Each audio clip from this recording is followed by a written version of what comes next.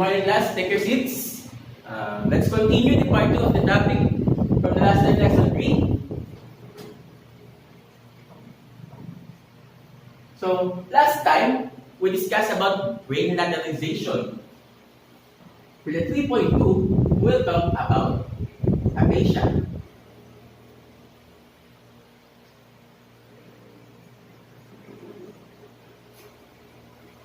Aphasia. So since we are talking about the brain, let's talk about what will happen to the brain in case some accidents or incidents occur. So what is aphasia? Aphasia, in its simplest form, is a brain disorder.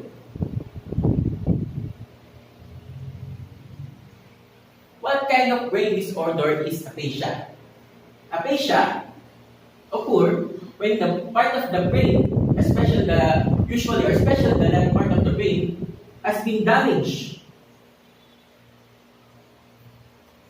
So your language skills, your speaking, communication, talking, and reading skills are hindered. So what kind of damage might they be? So usually these are caused by accidents. Accidents such as concussion. Also, it can be caused by other factors such as stroke and Alzheimer's disease, which usually occurs to older people or the elderly. So it also explains the fact that aphasia usually occurs to the older people.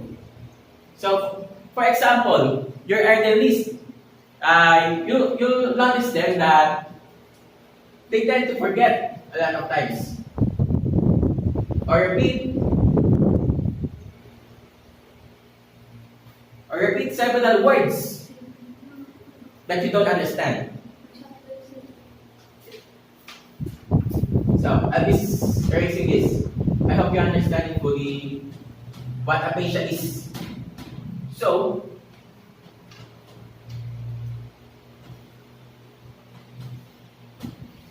how can you know that you have aphasia? So, you can do practical exams. What are these practical exams? When you're speaking to someone, you usually communicate with a better theorem. Ask someone, I have an apple. Do you want some? So what will be your usual response? It's either, no, I don't want to, or yes, I want an apple. But a person with aphasia will usually answer, apple what? Or incomplete sentences, or sometimes very long sentences that doesn't even relate to the question. So aside from practical exams, you can also use medical exams. This test will confirm if you really have aphasia or just suffering from communication. What type of medical exams are usually used? Those are CT scans and MRI. So you can use X-ray scans because it will damage your brain because aphasia is a brain disorder, as we said. CT scans and MRI are better choices. So types of aphasia, there are 2 types. These are fluent and non-fluent aphasia. So, the most common type of fluent aphasia is called Burdick's aphasia. And the most common type of non-fluent aphasia is Broca's aphasia. So, what are the differences between the two? Let me start first with the Broca's aphasia. How will you know if it's a Broca's aphasia? So, this type of person or the patient usually understands what the latter is saying. They can understand communication. If you're asking them, do you want an apple? They will answer either yes or no. But what they're suffering from is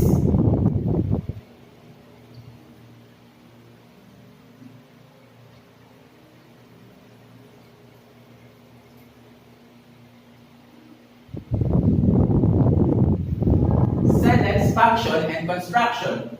They can understand the conversation, they can understand the communication, they can understand the language. However, they can't respond properly.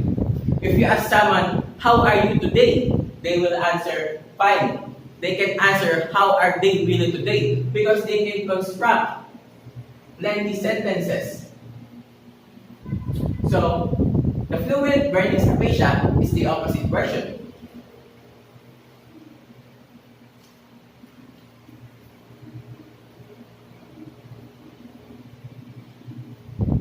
People who suffer from Bernese aphasia can comprehend or can understand the conversation. Usually, they can answer in long, complex sentences. However, these sentences can be easily understood. So one great example of this was my late grandfather. He has Bernese aphasia. He can comprehend what we're usually saying. For example, we are asking him if he wants to eat already. He will answer it with, you should get the carables already. It's getting already late. It is very far from the communication, the answer was. You can see the big difference between the two. One, in the simplest form, one can understand but can't respond properly.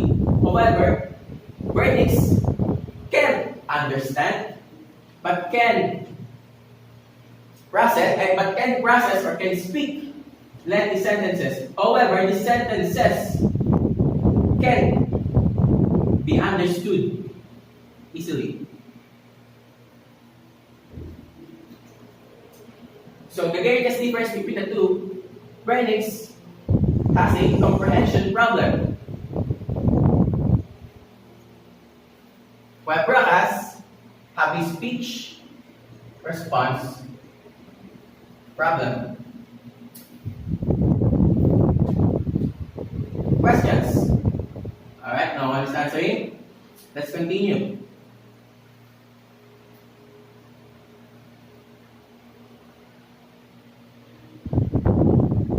Sir, can we treat aphasia? Can you? Yes. However, before we proceed to that, who can acquire aphasia? Everyone can acquire aphasia. However, mostly the elderly. Why? Because the elderly have less cells reproducing in their body already. Means they are getting old because they are the elderly. Their body isn't as good what it used to be. That's why you can also observe that most of the people suffering from Alzheimer's disease are the elderly or the older people.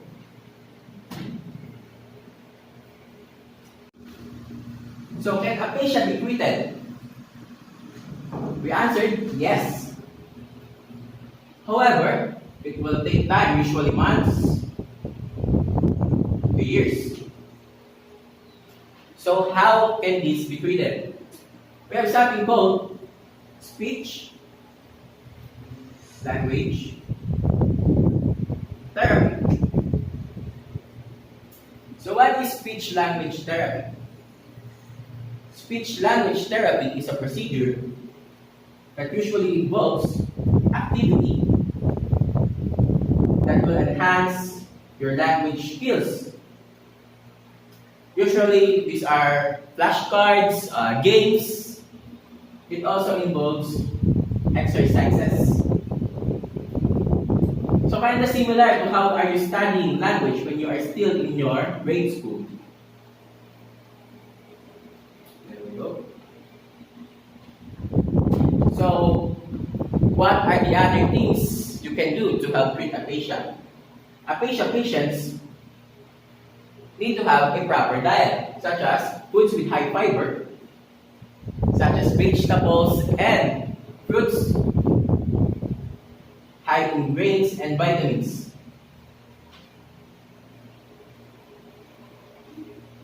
But people suffering from aphasia should avoid processed foods. What are these processed foods? Processed foods such as cheese, margarine, butter. Even bacon and fatty foods should be avoided. Also, foods with high carbohydrates, such as bread, starch, potatoes. Understand? Any questions? Alright? So, I'm erasing this one. I'll be erasing this already, and we will have our quiz. Thank you, class.